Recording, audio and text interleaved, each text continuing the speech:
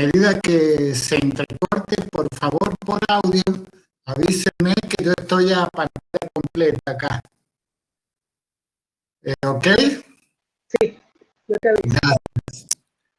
Bueno, en la tarde de hoy vamos a dar paso a la primera unidad conceptual que va a involucrar el segundo parcial. En este sentido, no se desesperen porque hoy vamos a avanzar con la teoría. La idea es concluirla la semana que viene, o sea, con todas las herramientas y utilidades la estaremos terminando la semana que viene. Esto es ya prácticamente la penúltima semana de mayo, estaríamos hablando del 21 de mayo.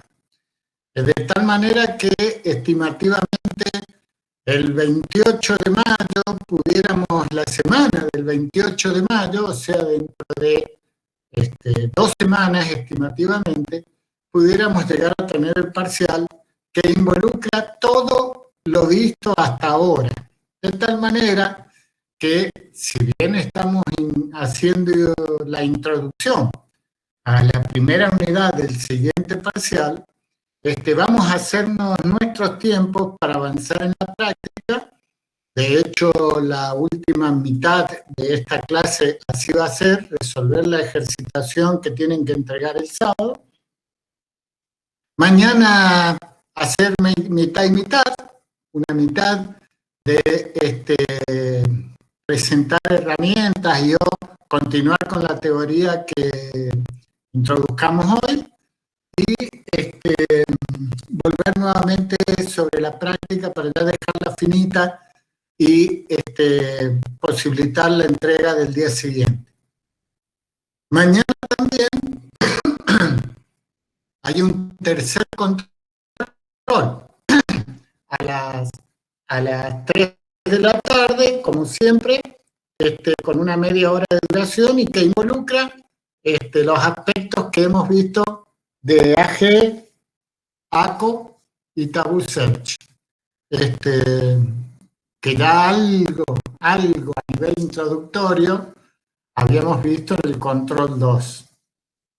Y esto nos va a llevar probablemente a que haya un control 4 la semana próxima, el viernes próximo, no mañana, que es 14, sino el 21, en el cual sea un raconto, sea un resumen, un control un tanto más completo sobre todos los temas vistos, como para que sea una afirmación definitiva y un repaso, si se quiere, de lo que ya hemos visto. Para, como les digo, estimativamente el 28, tener el primer parcial. Entonces, ese sería un poco el cronograma de actividades hasta finales de mayo. Estaríamos viendo esa última semana de mayo a nivel teórico, la primera de junio, lo que tiene que ver con procesamiento neuronal, redes neuronales artificiales particularmente, para desde la semana siguiente, o sea, desde la segunda semana de junio, estar ya involucrados con todo lo que tiene que ver con la ciencia de datos, la minería de datos, y dar por cerrado allá en unas 3 semanas, y utilizando mucho esa herramienta que les he propuesto, vayan bajando, a efectos de comprender todos los conceptos que hemos ido barriendo durante el año, durante el cuatrimestre en realidad. Entonces, ese sería un poco el cronograma de actividades que tenemos de acá a fin de año, a fin de cuatrimestre, y seguramente el segundo parcial habrá de ser estimativamente la primera semana de julio, como para que los que aprueben conjuntamente con las entregas del práctico se lo puedan considerar como un examen más, dado que estarían en condiciones de promocionar la asignatura. Entonces, eso sería todo lo que tiene que ver respecto al cronograma, como digo. Y vamos ahora a comenzar el tema que es el tratamiento de incertidumbre. Hasta ahora nosotros nos hemos estado manejando asumiendo que todo el conocimiento cargado, relevado, es permanente y válido en su totalidad. Vamos a ver que en realidad hay muchas áreas de conocimiento que difieren largamente de los conceptos exactos. Por ejemplo, ahora estamos todos encerrados por una cuestión de pandemia que tiene que ver mucho con el área médica, y justamente las ciencias de la medicina se caracterizan por ser una ciencia no exacta, que involucra ciertos grados de aproximación respecto de conclusiones o prescripciones a las que pueden arribar los médicos especialistas en las diferentes áreas de conocimiento. Igualmente hay muchas instancias en donde el proceso, como puede ser la predicción climática, tiene mucho que ver también y se esboza, se presenta en términos probabilísticos a efectos de demostrar que efectivamente no hay un conocimiento al 100%, de tal forma que las conclusiones tampoco pueden ser elaboradas u obtenidas de esa manera, y es un poco eso lo que vamos a tratar de representar en un sistema de cómputo. En este momento, lo que vamos a ver como modelado de incertidumbre va a involucrar los modelos probabilísticos, a los factores de certeza, a la teoría de la evidencia y a la inferencia borrosa. A decir de los defensores de la representación o el tratamiento bayesiano, que es el del modelo probabilístico, tan solo el modelo probabilístico y la inferencia borrosa, son alternativas válidas para procesar incertidumbre, para manipular incertidumbre. Además, nosotros, como comentábamos en algún momento, habremos de movernos con el concepto de lógica monotónica, que es una fracción de la lógica, una fracción que involucra la no revisión de conclusiones o conocimiento que se obtuvo con anterioridad, cuando en realidad no es el funcionamiento que nos caracteriza. O sea, sistemáticamente nosotros estamos en condiciones de relevar hacia atrás conclusiones obtenidas con anterioridad, conocimiento elaborado anteriormente, y revisarlo, corregirlo, si es necesario, a partir de donde elucubrar o generar, como lo elaboren las reglas, una nueva fracción de conocimiento. Esta última instancia se conoce como lógica no monotónica, y en su momento lo esbozamos a través de un ejemplo que materializábamos en el hecho de decir que nuestros conocimientos de geografía estaban asociados a que, por ejemplo, el río Paraná, sabíamos, tenía un flujo de norte a sur, con origen en Brasil y desembocadura en el Río de la Plata, en la República Argentina, y en la ciudad de Buenos Aires. De igual manera, teníamos conocimiento que el río Mississippi predominantemente fluía de oeste a este, desembocaba en la ciudad de Nueva Orleans, en el Golfo de México, el río Nilo viajaba de sur a norte, desembocaba en Alejandría, pasaba por Egipto, y así un conjunto de ríos, todos caracterizados, por ejemplo, por una zona boscosa, por una zona de vegetación densa y muy húmeda. Entonces, de repente, una nave, de alguna manera aparecíamos y despertábamos en una zona boscosa, húmeda, densamente poblada por vegetales, y asumiendo que somos argentinos, estamos en Argentina, pensábamos que era el río Paraná. Entonces, moviéndonos al compás del agua del río, pensábamos llegar caminando hacia el sur a la ciudad de Buenos Aires en la desembocadura de este río en el Río de la Plata. Y conforme íbamos caminando, de repente vemos un cartel tirado un tanto herrumbroso que escrito en letras que no pertenecían al abecedario, sino por el contrario tenían un aspecto cuneiforme. Entonces, automáticamente cambiamos todas nuestras perspectivas y decimos, epa, esta nave o el problema que tuve me ha hecho caer en un lugar que por este texto que estoy encontrando y no entiendo y pareciera ser de la zona de Arabia, Medio Oriente, estoy en el río Nilo, yendo en lugar de hacia el sur, hacia el norte, y seguramente desembocaré en el Mediterráneo, en la ciudad de Alejandría. Eso es la lógica no monotónica. Un nuevo hecho, una nueva aserción de conocimiento, como es el cartel encontrado, nos hace cambiar absolutamente todo lo que conocíamos con anterioridad, toda esa fracción de conocimiento que teníamos previamente. Entonces, bajo el concepto de lógica monotónica, habremos de movernos en este modelo probabilístico, factores de certeza, teoría de la evidencia e inferencia borrosa.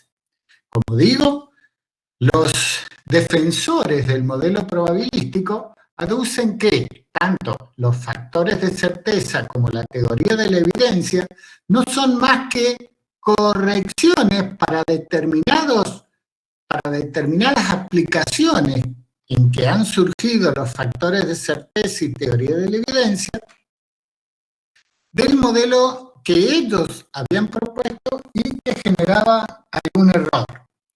Entonces ellos dicen, si ambos dos, los factores de certeza y la teoría de la evidencia, tienen como background o subyace por bajo su aplicación el modelo probabilístico, ¿por qué no operar directamente con el modelo probabilístico y hacer que aparezcan estas dos alternativas como son los factores de certeza y la teoría de la evidencia?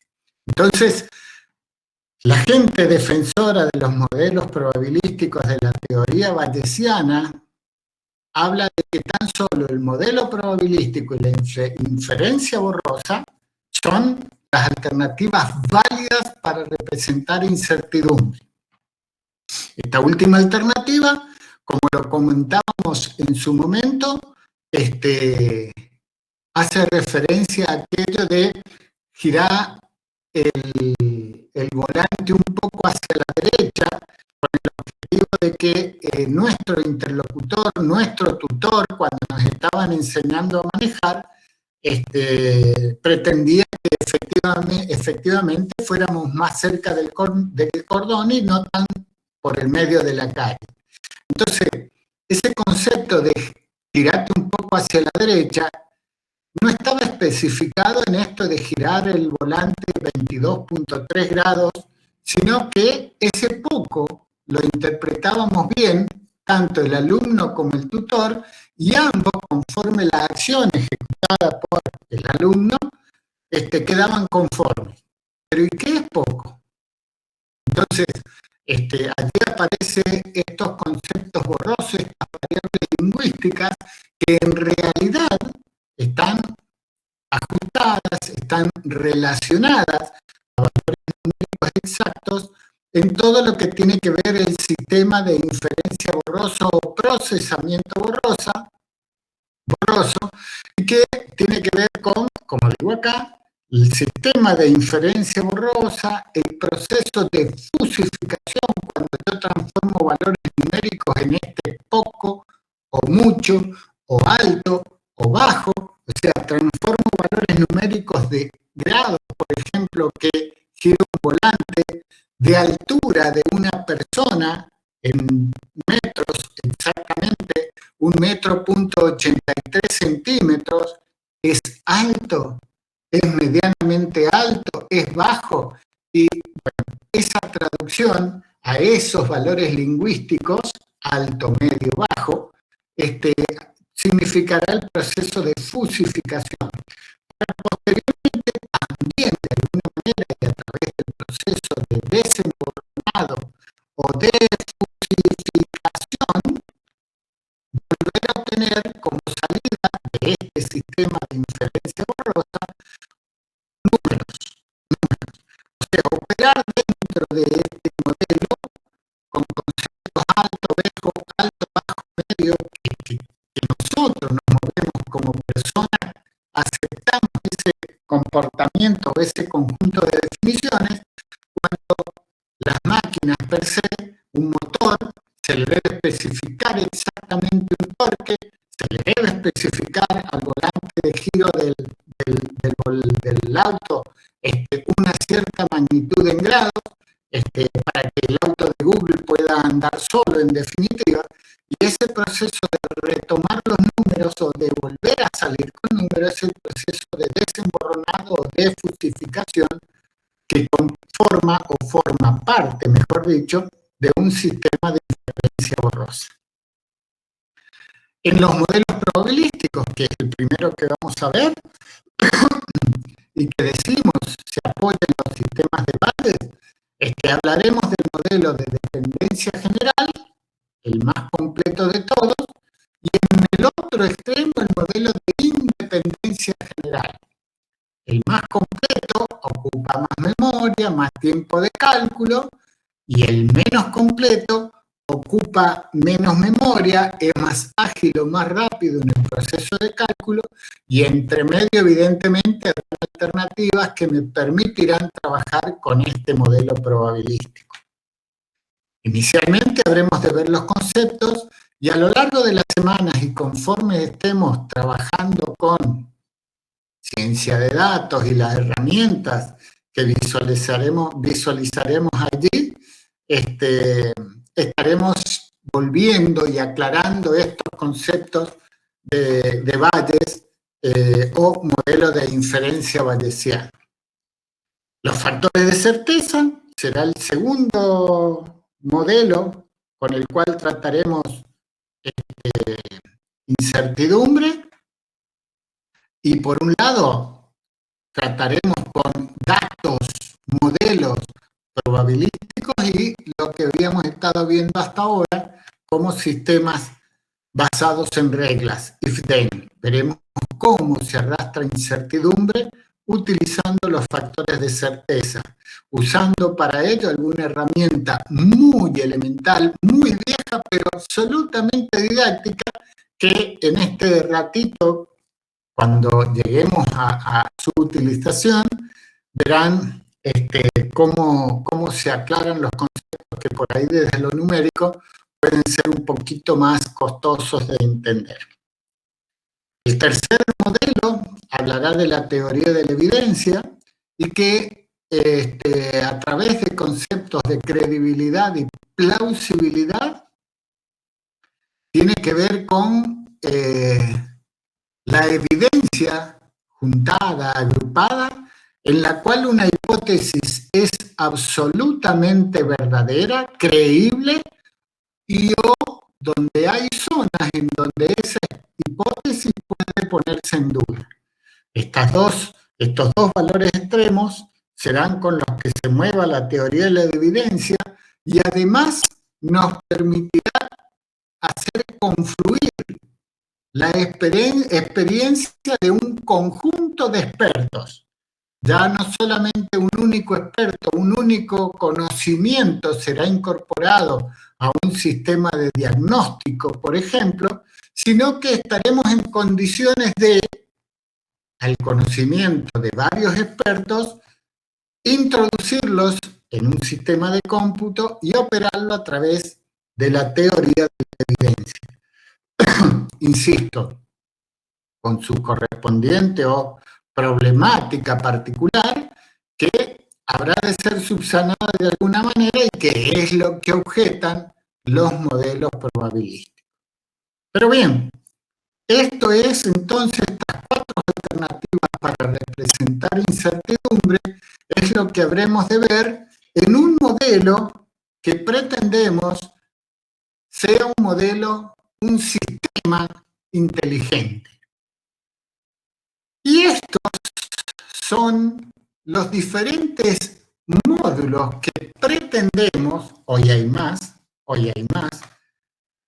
constituyen un modelo o un sistema de cómputo inteligente. ¿Se acuerdan que hablábamos de cuáles eran los requisitos allá al principio de la clase que debía tener un sistema inteligente? Pues bien, muchos de estos módulos que vamos a ver ahora son extremadamente necesarios para, en principio, conformar un sistema inteligente. Que lo que tenemos, si se quiere acá, todavía ameritaba, todavía dependía del conocimiento incorporado en el terminal de cómputo. Hoy por hoy, este módulo ha cobrado tal relevancia que se asume que por primera vez desde la propuesta en aquella reunión acaecida en 1956, donde surge el término de inteligencia artificial, por primera vez la ingente cantidad de datos que se están produciendo, que se están generando, permite a través de modelados específicos que efectivamente este sistema inteligente empiece a aprender per se, empiece a aprender por sí solo, que era una de las condiciones o requerimientos que le planteábamos a un sistema inteligente. Originalmente, el sistema inteligente, para su construcción, constaba, si se quiere, de 3 personas que tenían que ver con el diseño y o la construcción del sistema inteligente. Un experto humano, el experto humano podía ser en un área de conocimiento bien específica,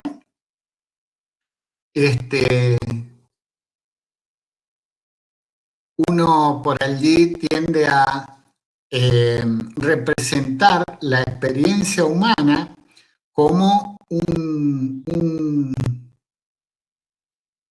rectángulo con una cierta superficie. Yo acá estoy moviendo el cursor, imagínense ustedes un rectángulo con una superficie como la que estamos evidenciando acá. No sé si alcanzan a apreciar cómo se mueve el cursor. Entonces, ese rectángulo es la experiencia adquirida por un experto. Yo estoy marcando acá un rectángulo. Cuanto más alto es el rectángulo, mayor es la experiencia del experto. Cuanto más chico es el rectángulo en su base, es que la experiencia de ese experto está concentrada en un área de conocimiento por demás específica. De hecho, al superexperto se lo conoce a aquel que sabe absolutamente todo de la nada, o sea, una función impulso, una función delta, una función que simplemente es una línea, esto en términos jocosos, ¿no? Pero podría ser una línea con una amplitud, una altura infinita. Evidentemente esto no es así, pero un experto se asume que es alguien que sabe sobre un área de conocimiento muy, muy específica todo lo que hasta el momento la humanidad ha generado, que entre todos los seres vivos tenemos la ventaja de la transmisión generación a generación del conocimiento adquirido. Por allí los animales solamente transmiten el instinto generación a generación.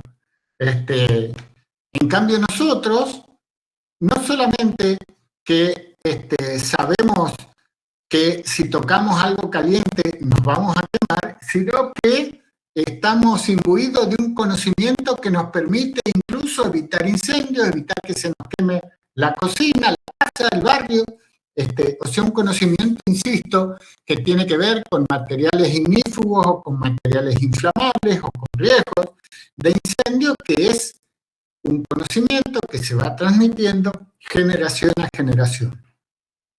Pero este experto humano, si pretendemos que este sistema inteligente lo emule, tiene que estar presente. ¿Quién va a ser el encargado de traducir el conocimiento que de alguna manera en este coloquial o en esta coloquial comunicación entre ingeniero del conocimiento y experto humano se vaya elaborando todo el conjunto de reglas o el modelado de lo que el experto humano sabe? Es el ingeniero de conocimiento. Basado en un lenguaje, trabajando con herramientas, prototipando 1 y 10 veces hasta que el experto humano diga, ajá, este modelo está funcionando como yo quiero. Llegada esa situación y habiendo cargado todos estos módulos, construido, diseñado, programado todos estos módulos, será el usuario el que se encargue de discernir la calidad de esta aplicación conforme él tendría su médico de cabecera y a partir de ahora tendrá la posibilidad, por ejemplo, de consultar con un experto basado en un sistema de cómputo una patología de una cierta enfermedad o lo que puede ser o tiene que ver con fallas mecánicas de su vehículo o lo que tiene que ver hoy por hoy con la predicción del clima, cómo estará el clima de mañana, y así con cada una de las experiencias que pudieran haber sido volcado en un sistema de cómputo. Si ustedes recuerdan, el sistema inteligente pasaba lo que era el test de Turing cuando todo esto que teníamos acá no lograba discernirse de la comunicación directa entre el experto y el usuario. Si este era un cardiólogo, por así decirlo, el usuario, cuando hablaba con un experto y o cuando hablaba con el sistema de cómputo, a través de una placa que no pudiera ver cuándo respondía el experto, cuándo respondía el sistema de cómputo atendiendo a una interfaz de usuario, que bien podía ser lenguaje natural, que bien puede ser lenguaje natural. Entonces, cuando el usuario no logra discernir cuándo responde el sistema de cómputo y cuando el experto, ¡pling!, todo este conjunto de módulos es un sistema inteligente. Y entre otras cosas, ¿qué tiene un sistema inteligente? Pues un módulo de adquisición del conocimiento. Ese módulo es lo que va incorporando el ingeniero del conocimiento a través de un control de coherencia. El ingeniero del conocimiento podrá decirle al experto, mirá, me has hecho escribir una regla en donde dices que si A, entonces B, y hay otra regla en donde dices que si A, entonces no B. ¿Cómo puede ser eso? Pues bien, ese módulo de control de coherencia lo debe rectificar, debe modificar el conocimiento de tal manera que justamente haya coherencia en todo el conocimiento que se cargue y que posteriormente pueda ser elucubrado, pueda ser ampliado en el resto del sistema inteligente. ¿Tendremos un módulo de aprendizaje? Sin dudas. Lo vamos a corroborar posteriormente con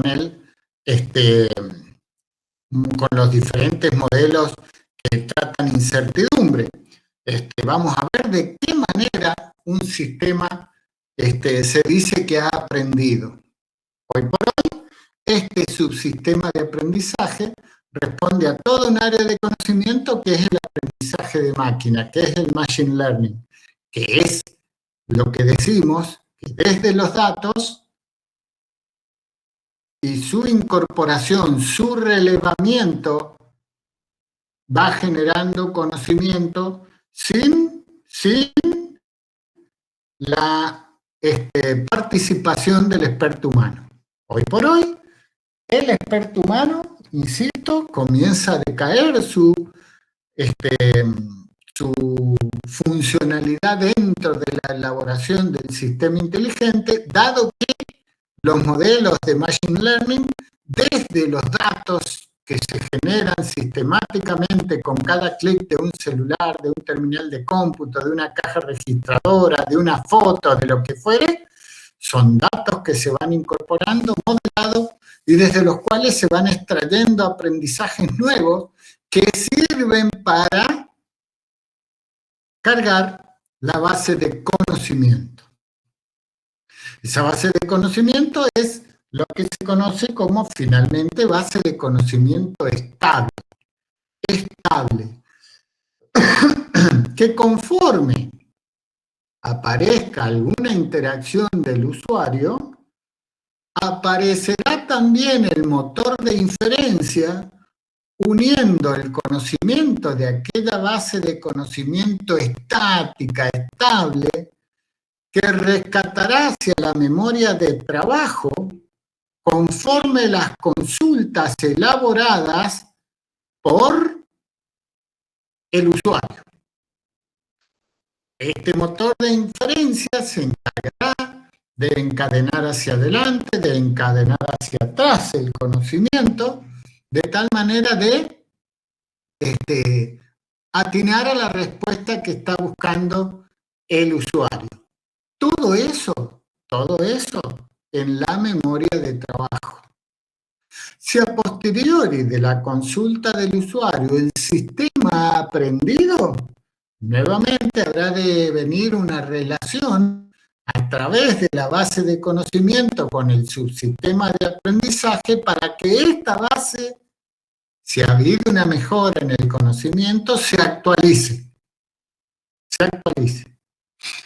A partir de este motor de inferencia que tiene su complejidad, porque es el decisor, es el que decide la secuencia de acciones a tomar conforme las consultas del usuario y las respuestas que encuentra en la base de conocimiento, se habrán de ejecutar órdenes y propagar ese conocimiento. Acá, en la propagación del conocimiento, aparecerá lo que tiene que ver con incertidumbre. Si acá el experto humano es un meteorólogo, si este sistema es un meteorólogo, y yo estoy pidiendo como usuario que se me dé el tiempo del domingo, el clima del domingo, pues bien, atendiendo a que no tengo un sistema fiable al 100%, esa generación de estadística que tiene que ver con la probabilidad de lluvia, con la probabilidad de que el clima esté entre tantos grados y tantos grados, o la probabilidad de viento, o la probabilidad de helada, o lo que tiene que ver con cualquier de las variables climáticas, también habrá una propagación de conocimiento y de estadística asociada a ese conocimiento. Sin duda también, desde las consultas que el usuario puede ejecutar, puede hacer, habrá una ejecución de órdenes. ¿Qué tiene que ver esto? Si yo estoy preguntando si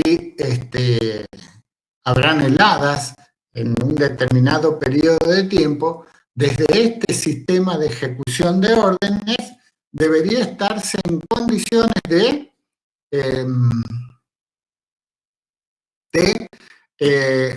activar quemadores en las zonas de la finca si es que van a haber heladas en términos probabilísticos cercanos a 1, o ante la posibilidad de lluvias, por ejemplo, si tengo riego por goteo, en plena lluvia abrir el sistema de riego con tal de que las burbujas de los alimentos que van fluyendo en el agua, en el sistema de riego por goteo, para que la planta crezca más fuerte, no solo alimentos, sino antibióticos que pretenden curar a las plantas de determinados flagelos, como hongos y distintas enfermedades que se le puedan presentar. En la medida que llueve, todo eso se diluye en toda la parcela y se diluye lo que debería estar contenido propiamente en la raíz de la planta. Entonces, cuando llueve, el sistema debe decir que quiero generar una cierta presión en cada uno de los goteadores, con tal que yo mantener esa burbuja de vitaminas, de medicamentos, de todo lo que es necesario para la nutrición y buen crecimiento de la planta, porque sé que la lluvia me lo va a desparramar, me va a hacer perder un montón de cada uno de esos componentes. Entonces, acá está la ejecución de órdenes o de alarmas. Si resulta que mi sistema empieza a visorar que el crecimiento, por ejemplo, en estos momentos de los casos de COVID, excede una cierta cantidad que pone en riesgo la ocupación de camas UTI, de las unidades de terapia intensiva, nuevamente ejecutar órdenes del tipo de anular un feriado o volver a alguna fase de mayor cantidad de restricciones. Esas son las órdenes que debe generar un sistema inteligente que hoy por hoy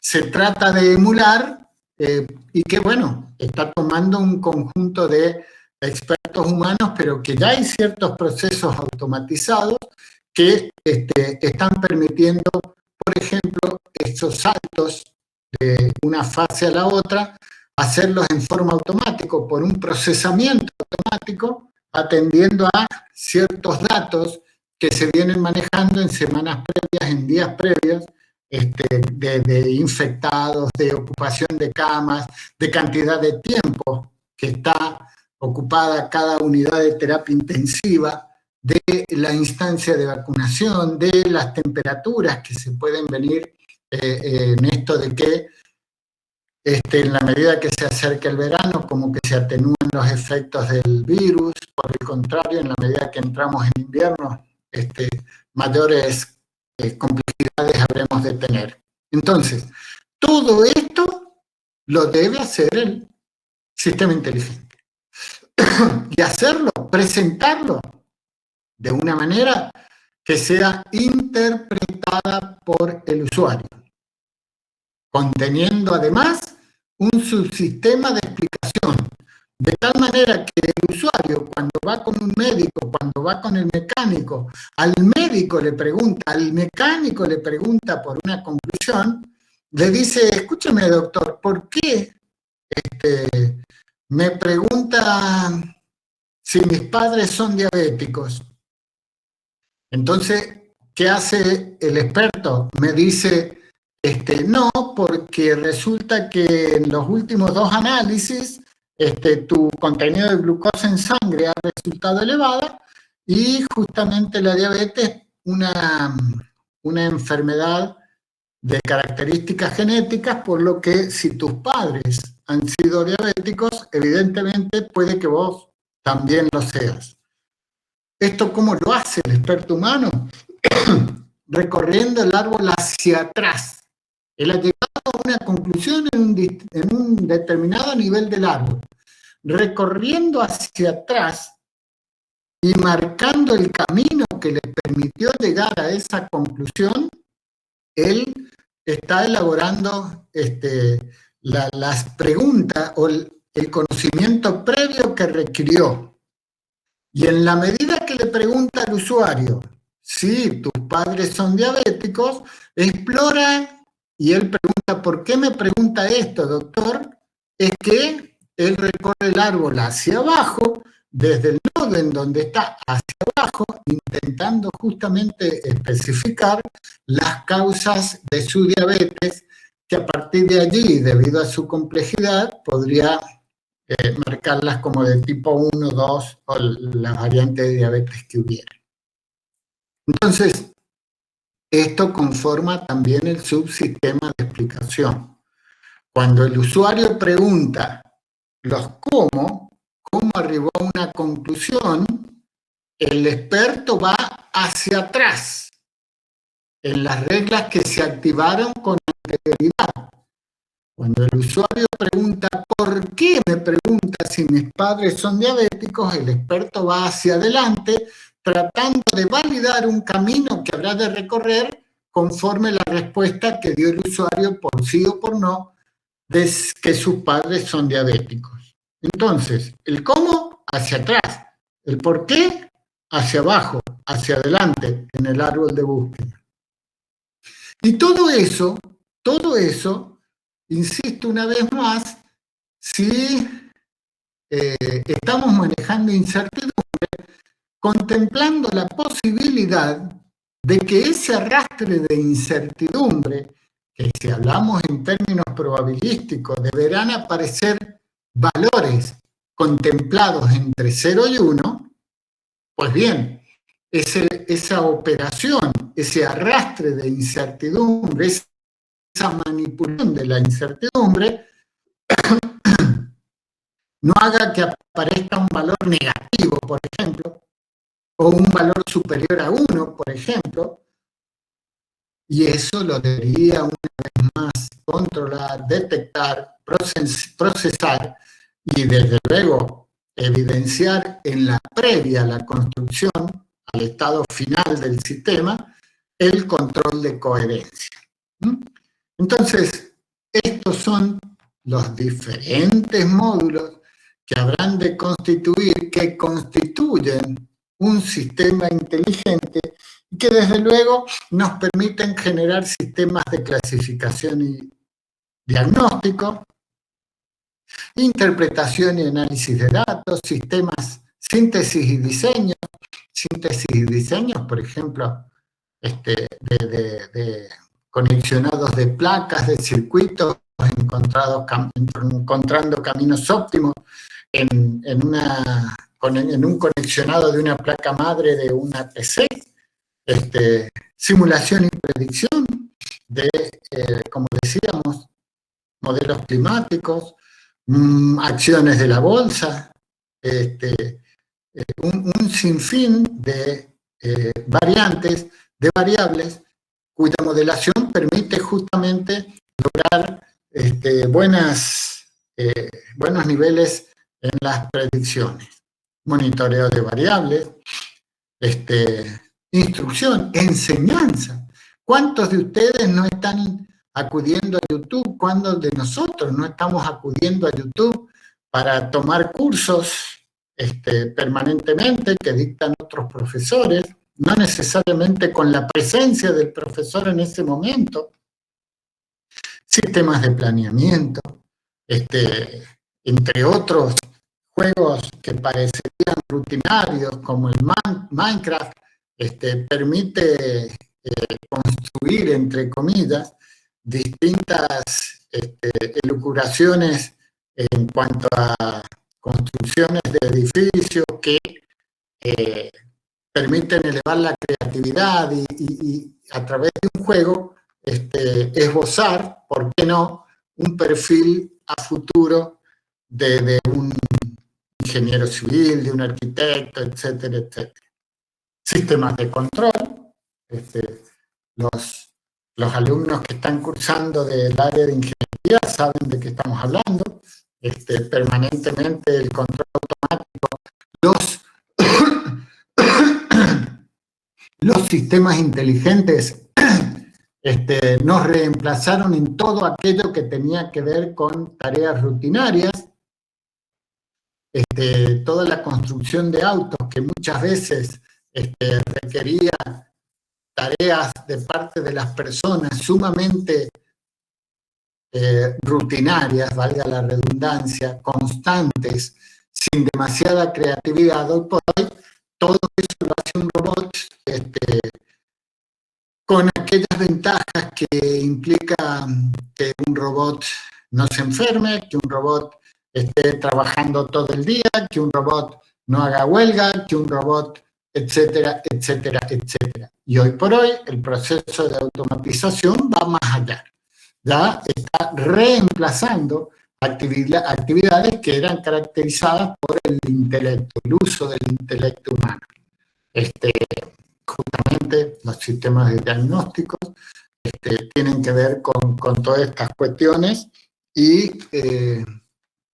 hasta los sistemas que se encargan de discernir en qué momento puede llegarse a lesionar Messi conforme, como toda persona tiene riesgo de lesión, entonces evalúan cuánto corrió en el partido, evalúan en qué zona se movió para evitar la mayor fricción, evalúan cuánto tiempo hace que no se lesiona, toda la contextura y fibra muscular, de tal manera de hacer una predicción lo suficientemente aproximada que otrora hacía el médico, y que generalmente cuando se producía la lesión era en el momento de pararlo a Messi, y por ahí ahora se lo hace y se lo deja en el banco un tiempo, un partido, y suele ser suficiente como para restaurar de a poco una fibra muscular agotada, haciendo ese mantenimiento preventivo que otrora se hacía en máquinas, que siempre se hace en máquinas, y hoy, como que, bueno, también lo comenzamos a hacer en las personas. De hecho, todos corren con un montón de sensores que van midiendo absolutamente todas las variables físicas que son factibles de medir y que es información relevante para cada uno de los jugadores en esa historia clínica que se va generando. Entonces, hoy por hoy, insisto, esos sistemas inteligentes, esos sistemas automáticos, cada vez más están desarrollándose y ocupando espacios ya no de tareas repetitivas, sino aquellas que involucran creatividad, sistemas que pintan solos, sistemas que pintan siguiendo patrones de lo que caracterizaba a Miguel Ángel, sistemas que escriben siguiendo patrones de lo que caracterizaba a Shakespeare. Hoy por hoy, entonces, una máquina puede aprender y escribir obras inéditas, obras nuevas, que muchos expertos puedan relacionar con la escuela de Shakespeare. Entonces, todas esas tareas hoy, insisto, son realizadas por los sistemas inteligentes, y módulos más, módulos menos, estos son los que posee cualquier sistema inteligente. ¿Están ahí? Sí, profe. Perfecto. ¿Me están escuchando bien? Sí, te escuchamos perfectamente. Me alegro. Vamos entonces con esta representación representación del conocimiento atada, asociada a los sistemas probabilísticos.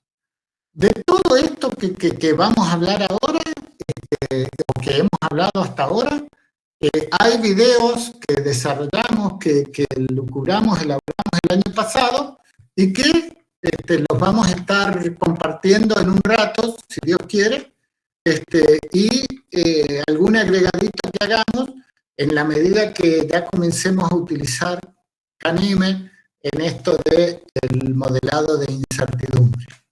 Entonces, me olvidé de decirle si Tomás estaba grabando, pero espero que alguien esté grabando la clase a efectos de capo, bien, a efectos de complementar con los videitos del año pasado, y como siempre decimos, tanto Lucía como yo estamos siempre a distancia de WhatsApp para tratar de responder las dudas que pudieran llegar a tener. Bien, entonces vamos a introducirnos en este tema del conocimiento de los sistemas probabilísticos. Estimativamente sobre las 17:30 vamos a hacer una paradita, como siempre decimos, para tomar un par de mates y 15-20 minutos volver a clase, para no estar permanentemente sentados, que por más que hay sol ya uno empieza a helarse los pies y cuestiones por el estilo. Entonces un cierto movimiento no viene mal. Así que, como les digo, 17:30 estimativamente estaríamos haciendo una paradita. Entonces, vamos a arrancar con los sistemas probabilísticos. La base de conocimiento a la que vamos a hacer referencia ahora, esencialmente es una base de datos numéricas, lo vamos a corroborar en la siguiente PPT, en la siguiente diapositiva, pero es una base numérica que está asociada, por ejemplo, si estoy desarrollando un sistema de diagnóstico médico, a las historias clínicas del área, por decir, traumatología, del Hospital Rawson de los últimos 50 años. Entonces, el sistema habrá de tener un conjunto de enfermedades que habremos de considerar disjuntas, no hay solapamientos entre ellas, toda esta área de un universo de discurso, de un universo de conocimiento asociados a enfermedades de traumatología, tiene que ver con la enfermedad 4. Si es gastroenterología, todo esto tiene que ver con la enfermedad 1. Si es hepatología, todo esto tiene que ver con la enfermedad 3 asociado al hígado, a lo gastrointestinal, y así sucesivamente en los distintos servicios que pueden llegar a haber en un hospital o sanatorio. Enfermedades disjuntas. Y acá, los síntomas que evidentemente no necesariamente son disjuntos, por el contrario, son no disjuntos. Hay patologías, hay conjuntos de síntomas que están asociados a determinadas enfermedades.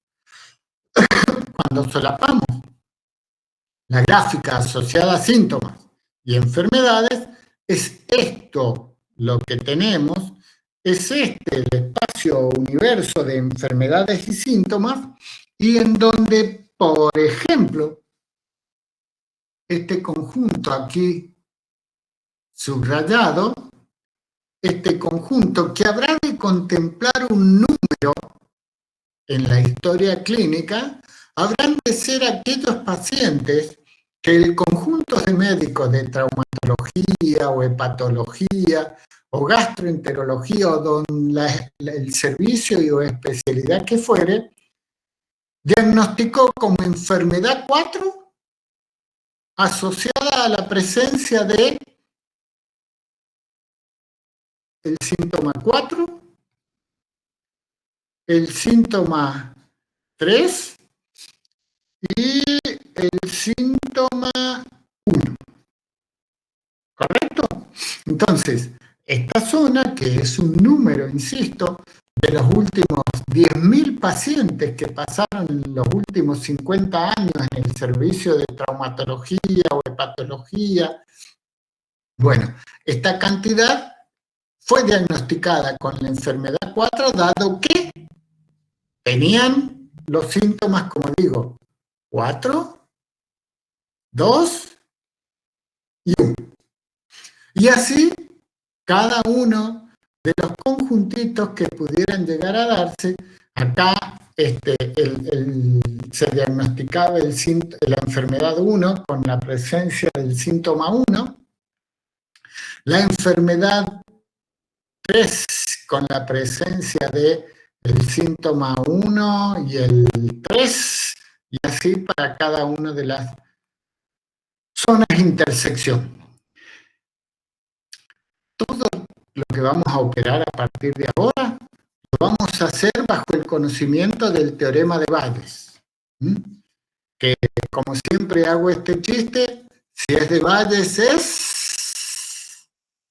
¿Quién me responden ustedes? Genial. Bueno. Genial, ¿viste? Estamos de 10 y estamos atentos. Entonces, ¿qué nos dice Bayes? Que las probabilidades conjuntas de dos eventos, P de A, B, P de A y B, conjuntas, son iguales P de A y B igual a P de B y A. O sea, ¿cómo traducimos la probabilidad de A y B? Como la probabilidad de que se produzca el evento A, y dado que se produjo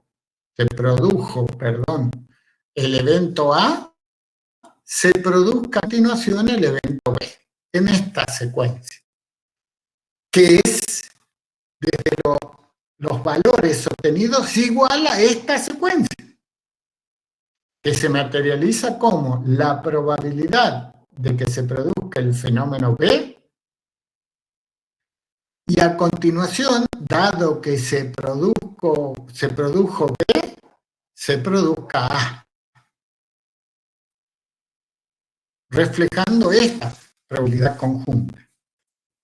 Si los eventos A y B son dependientes, es esta expresión la que tenemos. Si los eventos A y B son independientes, esto automáticamente queda como el producto de A por la probabilidad de A por la probabilidad de B. No hay dependencia entre la ocurrencia de A y de B. Por eso está condicional, como que se transforma tan solo en la probabilidad independiente del evento B. Igualmente acá, no hay dependencia entre A y B, no hay dependencia entre B y A, por lo tanto, esta probabilidad ante eventos independientes se transforma solamente en la probabilidad de A, y el producto de P de B por P de A es igual al P de A por P de B, e igual a P de AB igual a P de BA ante eventos independientes. ¿Cómo vamos a tratar acá la información? Pues bien, acá habremos de considerar a A como la enfermedad, por ejemplo, y B un síntoma o conjunto de síntomas. De tal manera que nuestro objetivo sea, por ejemplo, encontrar esta probabilidad condicional. ¿Cuál es la probabilidad de tener una cierta enfermedad A dado un conjunto de síntomas B? Y la idea será despejar justamente este valor que será incógnita al pasar dividiendo este valor de la probabilidad del síntoma o del conjunto de síntomas que estamos procesando. PDA será la probabilidad histórica de la enfermedad, la probabilidad con que hasta el momento se ha presentado la enfermedad. PDBA se conocerá como verosimilitud, la probabilidad de aquellos pacientes que, habiendo estado enfermos, tuvieron el síntoma o conjuntos de síntomas B, dividido en la probabilidad de el síntoma o conjunto de síntomas B. Esto entonces habrá de darme el valor de tener la enfermedad A, insisto, asociado a la presencia del síntoma o conjunto de síntomas B. Esto es lo que tenemos acá. La probabilidad de una enfermedad es y cualesquiera, tal que un síntoma o conjunto de síntomas habremos de expresarlo de esta manera. La probabilidad que teníamos acá como verosimilitud, la probabilidad de que habiendo tenido la enfermedad haya tenido ese conjunto de síntomas, y multiplicado por la histórica de la enfermedad, dividida en lo que es el conjunto de síntomas, obtenido a través de esta productoria o esta suma de productos que tiene que ver con este valor que estábamos calculando acá. Esto que es como un PDB, cuando tenemos varios síntomas, aparece como una sumatoria. Entonces, ¿qué es lo que vamos a manejar directamente desde la gráfica? Bueno, la probabilidad de la enfermedad dada la intersección de los S sub I, S1, S sub K, y que no será otra cosa que el módulo, un número que yo habré de contar, que será dividido en la totalidad de la intersección de los síntomas. O sea, este número que dice que tengo E4, dado que tengo S3, ¿qué era lo que teníamos acá? Bien digo, S3, S4 y S1. Bueno, en la intersección de S3, S4 y S1, que es todo esto, a ver, S3, S4. Sería justo la parte rayada, profe, porque si no entraría S2 también en el cálculo, me parece. Entra S2 acá, ajá. Claro. A ver. Que diga que es la parte rayada y ahí sí sería S1, S3 y S4 nada más. Correcto, eso es lo que tengo, la parte rayada, sombreada. ¿Sí? Sí. Entonces nos vamos a manejar en esta zona. ¿Ok? Eso ya lo vamos a ver bien en el número o en la representación numérica que veamos a continuación. Vamos a empezar entonces con este modelo de dependencia general, y en donde en la siguiente gráfica, acá dice, se ve que un paciente tiene una probabilidad a priori de estar enfermo del valor de 0,7 y de no estarlo del valor de 0,3, que tiene que ver, esto es lo que estamos viendo como universo de discurso. Acá, dentro de esta forma un tanto rara, están todos los pacientes sanos o que al menos no han estado enfermos, sin enfermedad. Por fuera de esta zona están los pacientes con enfermedad. Estos pacientes, por ejemplo, 219 estuvieron enfermos y tenían la presencia se me ha perdido el nombre, pero del S1, el S2 y no el S3. O sea, este número estaban enfermos sin tener el S3 y teniendo el S1 y el S2. Entonces, cuando yo quisiera encontrar cuáles son la cantidad de pacientes enfermos a priori que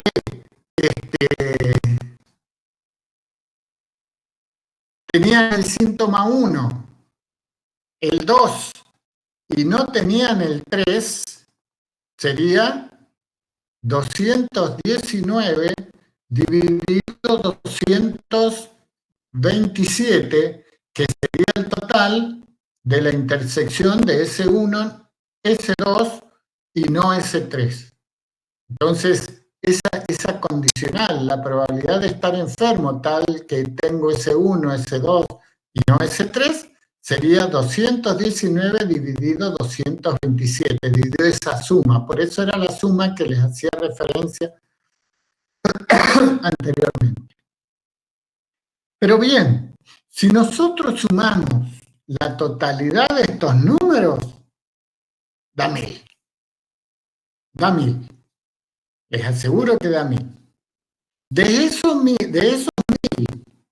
los que están en la zona de la enfermedad, por fuera de esta zona,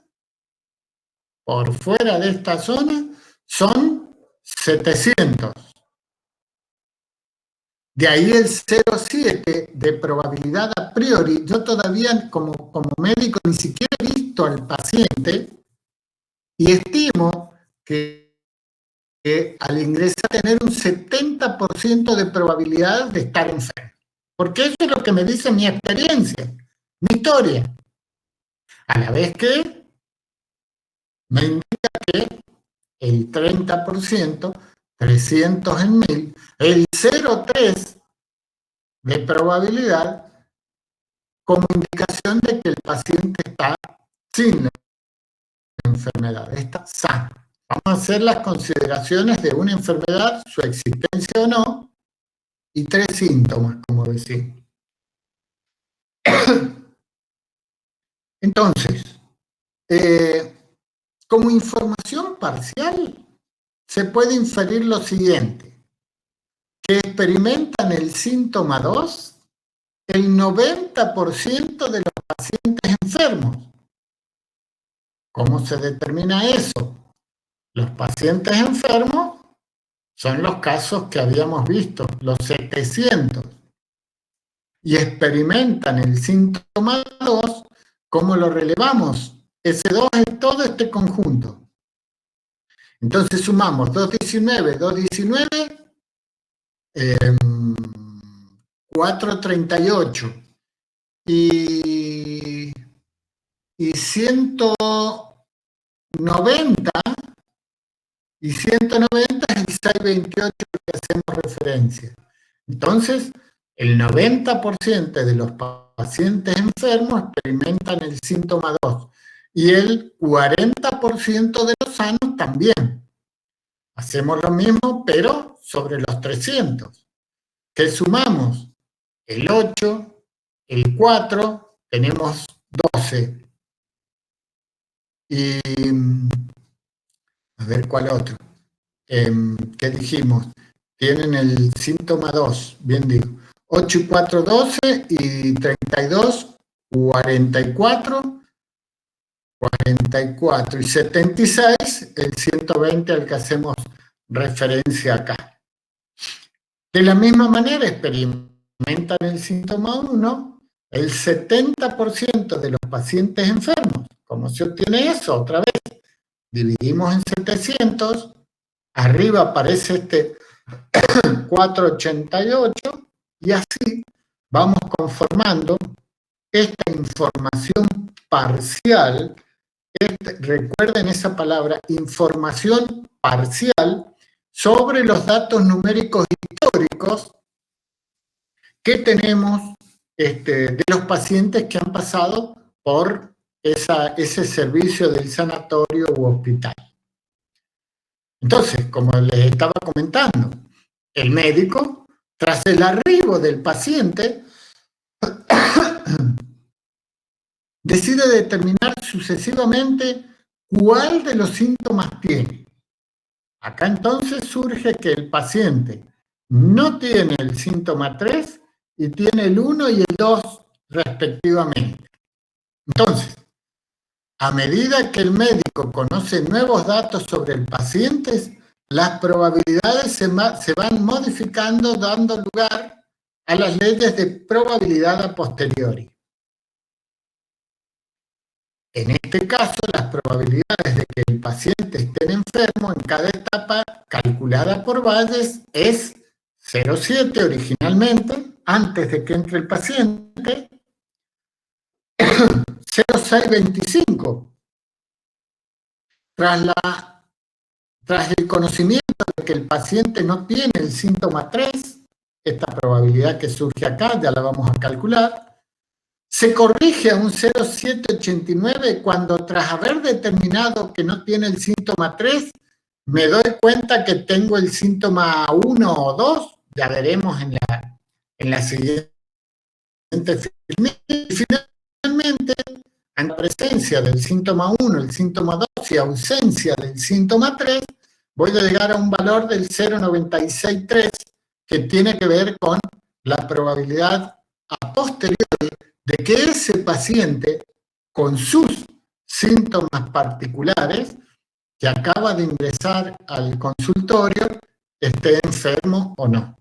Evidentemente, si el doctor considera que esa probabilidad del 0,963 es más que suficiente para predecir una condición de enfermedad, estaría errando aproximadamente en 4 de cada 100, ahí concluye su diagnóstico el médico y atado a ello vendrá la prescripción de los medicamentos o lo que deba hacer como tratamiento. Si por el contrario considera que es una probabilidad baja la que acaba de obtener, requerirá de más estudios con el objetivo de efectivamente mejorar esta performance, mejorar este nivel de aseveración de la enfermedad, como para que dejar tranquilo tanto al médico desde su sapiencia, desde su conocimiento, como al propio paciente, ¿no?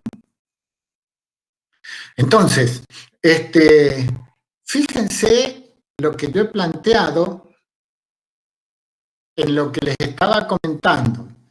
El médico primero oculta al paciente, determina que no tiene el síntoma 3, en su espacio de búsqueda ya hay una gran porción de conocimiento del espacio de búsqueda que no va a explorar porque no tiene el síntoma 3. Después determina que está en presencia del síntoma 2. Una vez más, poda, elimina un montón del espacio de búsqueda que tiene como conocimiento el médico, para finalmente, y tras la determinación de la presencia del síntoma 1, quedarse en esa fracción del espacio de búsqueda en donde efectivamente está la conclusión a la que el médico va a arribar. Pero hemos hecho un paso a paso, un arrastre que coincide totalmente este modelo de arrastre que estamos proponiendo y que es como elucubra, como trabaja el médico, porque el médico no se queda en stand-by, como este silencio que voy a hacer, no se queda en ese silencio hasta que pase el conjunto de síntomas. No, síntoma a síntoma, él va podando su espacio de búsqueda. El terminal de cómputo, por el contrario, podría quedarse en un stand-by hasta que el paciente incorpore la totalidad de los síntomas. Y allí recién elucubrar una respuesta, generar una respuesta. Ese valor numérico de los sistemas probabilísticos evidenciados como un modelo markoviano de orden 3 porque espera que estén presentes los 3 síntomas, o el dato asociado a los 3 síntomas no significa que estén presentes, sino que yo sepa si está o no el síntoma 1, si está o no el síntoma 2, si está o no el síntoma 3. Ese modelo markoviano de orden 3 es totalmente coincidente con ese valor de arrastre y de operación que tenemos cada uno de nosotros, conforme se nos va suministrando evidencia sobre algún problema. La evidencia en este caso son los síntomas, el problema es el diagnóstico de la enfermedad que deberá solucionar el médico y el sistema de diagnóstico. Entonces, allí es donde saltan los defensores del sistema probabilístico que dicen: nosotros no solamente emulamos bien el proceder del médico, el accionar de sucesivos síntomas y podas del espacio de búsqueda, sino que también podemos quedarnos en stand-by hasta que con un modelo markoviano dar exactamente la misma respuesta.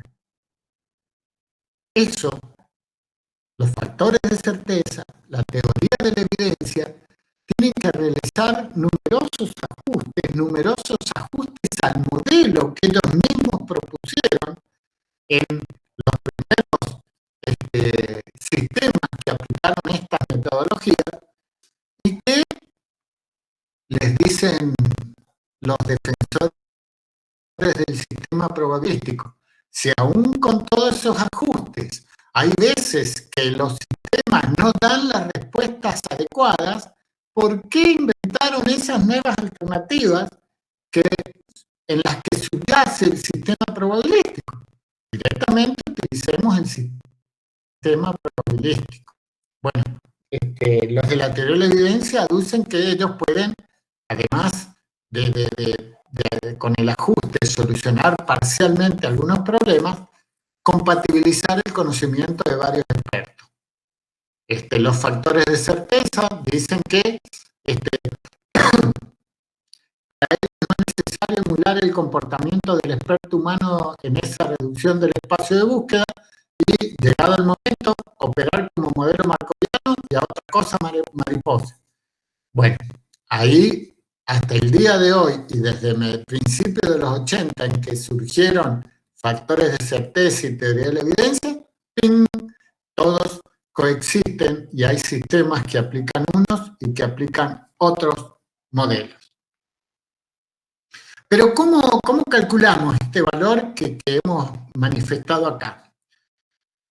Pues bien, trato de encontrar la probabilidad de estar enfermo dado que no tengo el síntoma 3. No tengo el síntoma 3. Entonces, si yo me remito al conjunto, no tengo el síntoma 3 y estoy enfermo, ¿sí? ¿Qué es lo que significa eso? Estoy sumando 11, 25, 219, 95. Estoy enfermo y estoy por fuera del síntoma 3. Ese valor, 11 más 219 más 95 más el 25, dividido en los 700, debería ser el valor aproximado a lo que tenemos acá, si no, igual. ¿Cómo calculamos acá? La probabilidad de estar enfermo, como hemos dicho, es lo que tenemos acá, el 700, y lo que acabamos de encontrar, sin el síntoma 3. 11 más 25 más 95. Acá que tenemos 25 más 95 es 120, más 230, 120 más 230, 350. 350 en 700 es este 5, 0,5. La probabilidad a priori de estar enfermo es 7. Acá viene la sumatoria. La probabilidad de no tener el síntoma 3 dado que estaba enfermo, por la probabilidad de estar enfermo, no es otra cosa que el numerador, más la probabilidad de no presentar el síntoma 3 dado que no estoy enfermo, por la de no estar enfermo. Este valor me da el 0,625 final. Bueno, ¿y este cómo lo obtuve? También, no estar enfermo es 300. Sin el síntoma 3, tengo que sumar, ¿qué valores? El 13, el 8, el 76 y el 113. ¿Y esto cuánto sumará? 21, 21 y 113, 134 y 76, 210. 210 en 300 es 0,7. Exactamente. Entonces, así tengo la probabilidad de estar enfermo dado que no tengo el síntoma 3. Evidentemente, la de estar sano, dado que no tengo el síntoma 3, para esta historia clínica es la diferencia 1. Estamos hablando solamente de enfermedad y sano. 0,375. Continuamos de esta manera. La presencia del síntoma, se me cortó la filmina acá, del síntoma 2, evidentemente, eleva la presencia de un síntoma en general asociada a una enfermedad, tiende a elevar la probabilidad de la enfermedad, y nuevamente, ¿qué valor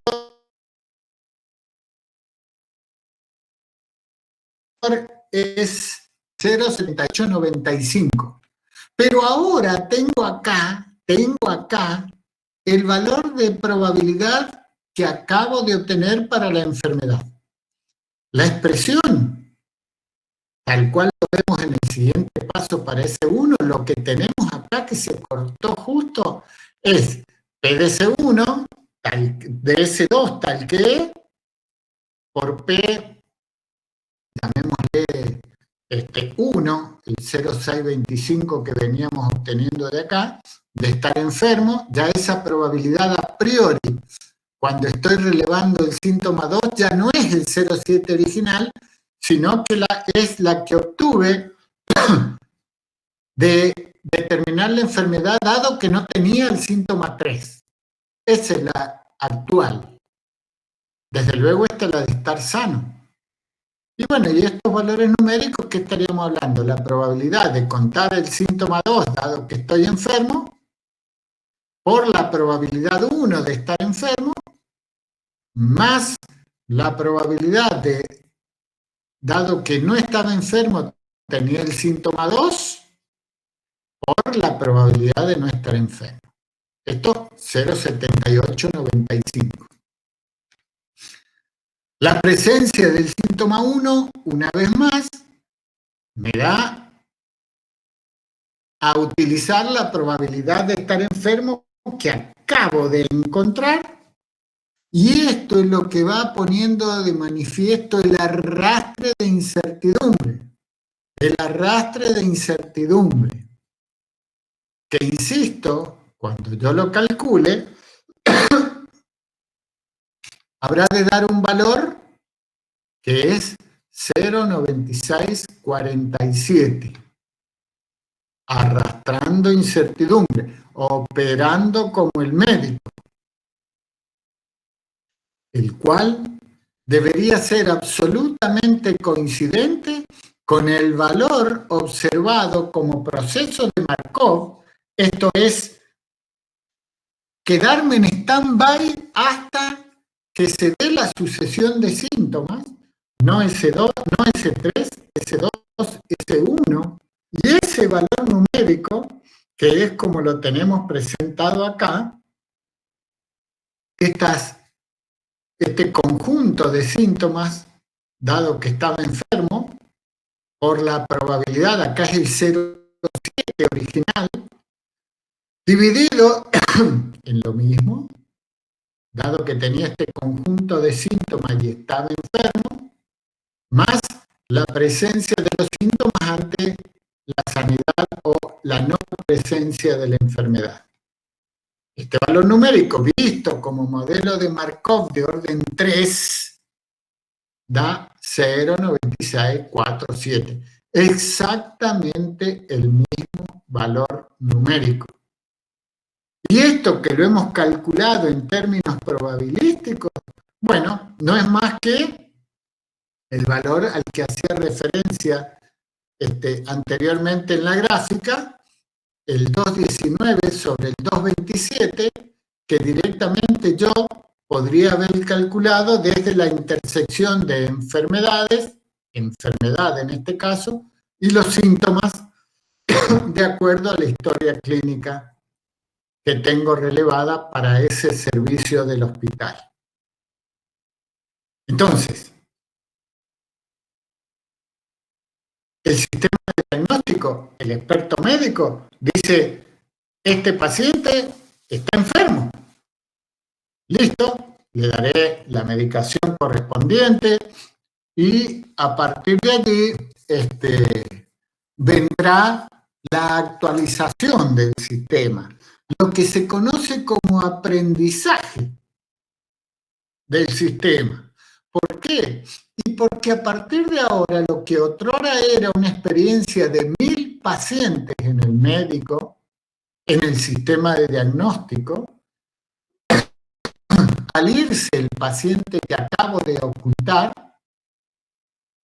ya tendré una experiencia de 1001 pacientes.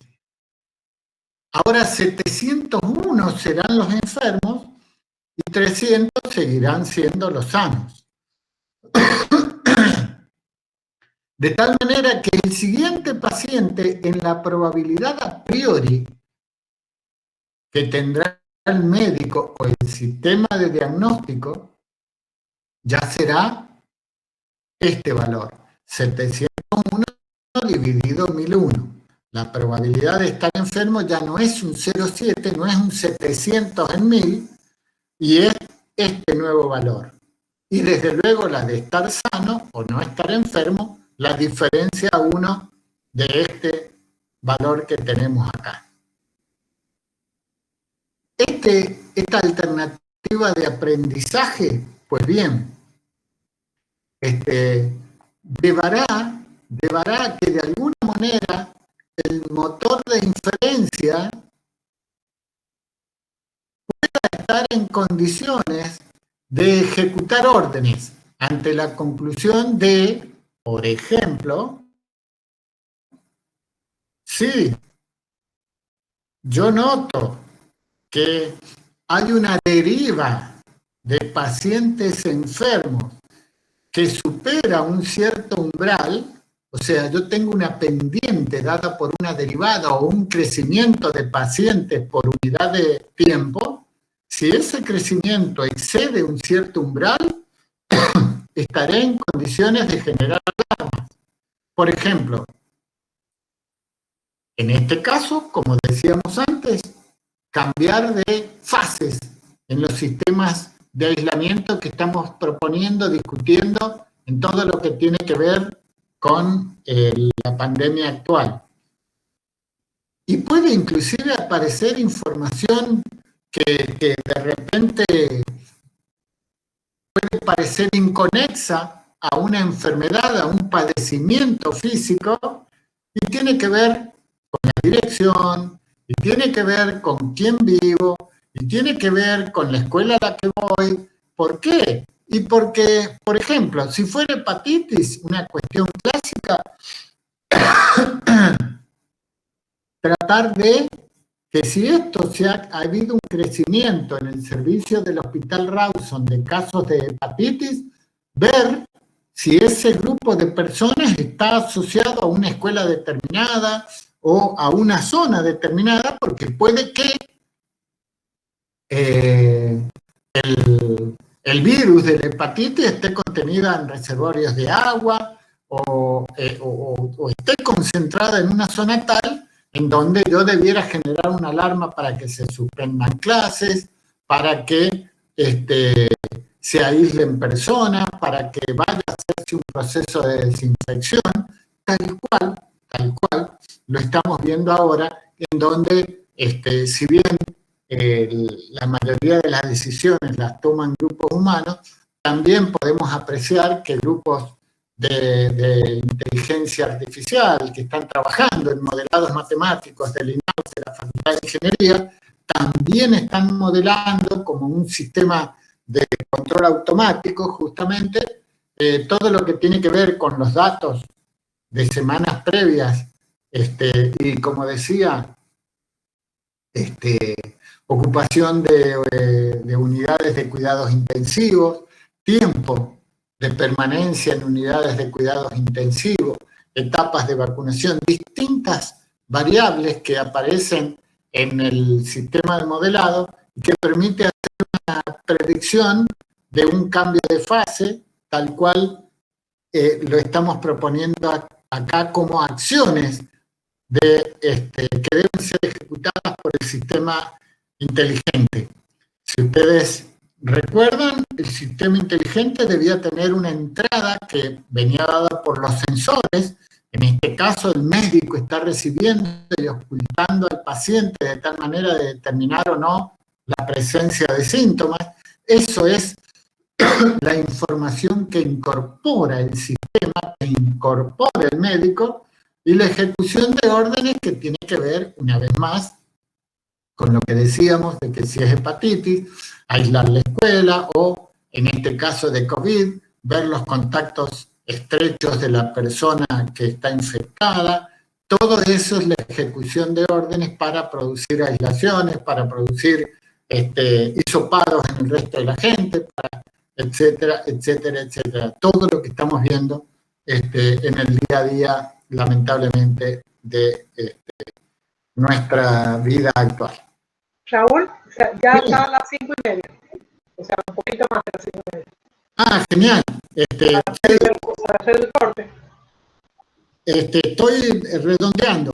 Entonces, el sistema inteligente basado en este modelo y en cualquier instancia, ya a partir de ahora, nosotros nos vamos a comenzar a introducir en lo que tiene que ver con el aprendizaje automático.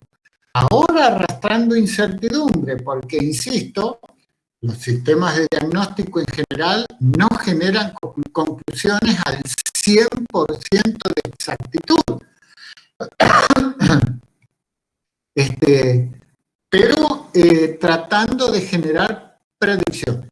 Lo veremos ahora en el modelado de incertidumbre, posteriormente en redes neuronales, en donde allí constataremos que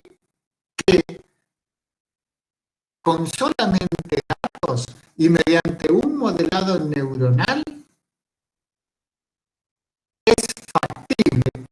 Desde ya no hay procesamiento simbólico, ya no hay if-then como le estamos proponiendo o lo vamos a seguir tratando un rato más en modo de reglas de asociación, sino que adentro de una red hay números, que en un modelo de aprendizaje supervisado se van ajustando, se van actualizando, de tal manera que los datos de entrada puedan ser reflejados como las salidas adecuadas en este contraste de la salida de la red neuronal con patrones que yo sé son respuestas a los datos de entrada. Entonces, el modelo aprende y nuevos datos de entrada habrán de ser concluidos, habrán de ser generadas las conclusiones con una aseveración lo suficientemente fuerte de acuerdo al grado de aprendizaje que ha adquirido el modelo. Ahora en más, insisto, redes neuronales, todo lo que tenga que ver con data science, va a tener que ver un poco con este modelo de aprendizaje. Esta palabra empieza a cobrar auge, empieza a aparecer en lo que consideramos un sistema inteligente. Este modelo que hemos visto acá es el modelo probabilístico de dependencia general. Todos los síntomas que veíamos, está bien, tan solo 3, eran evaluados para el diagnóstico de la enfermedad o de la sanidad. Eran evaluados. Vamos a ver que un modelo más simple habrá de contemplar síntomas relevantes asociados a cada enfermedad, no la totalidad de los síntomas. Entonces, el modelo va a empezar a alejarse un poco de la realidad, pero va a requerir menos espacio de memoria y tiempo. Porque hay una cosa interesante, en este modelo de dependencia general, en realidad, acá, este 219, como decíamos, pasa a 220, que hace que el 1000 que teníamos antes pase a 1001, y los 700 enfermos pasen a 701. Pero en realidad este 219 que pasa a 220 implica que deben cambiar 2 lugares de memoria. El correspondiente a la intersección de síntomas y el correspondiente a la enfermedad, como ya lo vamos a ver luego en un pequeño cuadrito que tiene que ver con esto. ¿Están entendiendo?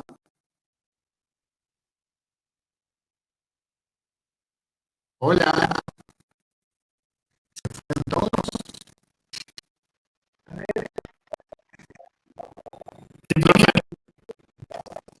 Nos vemos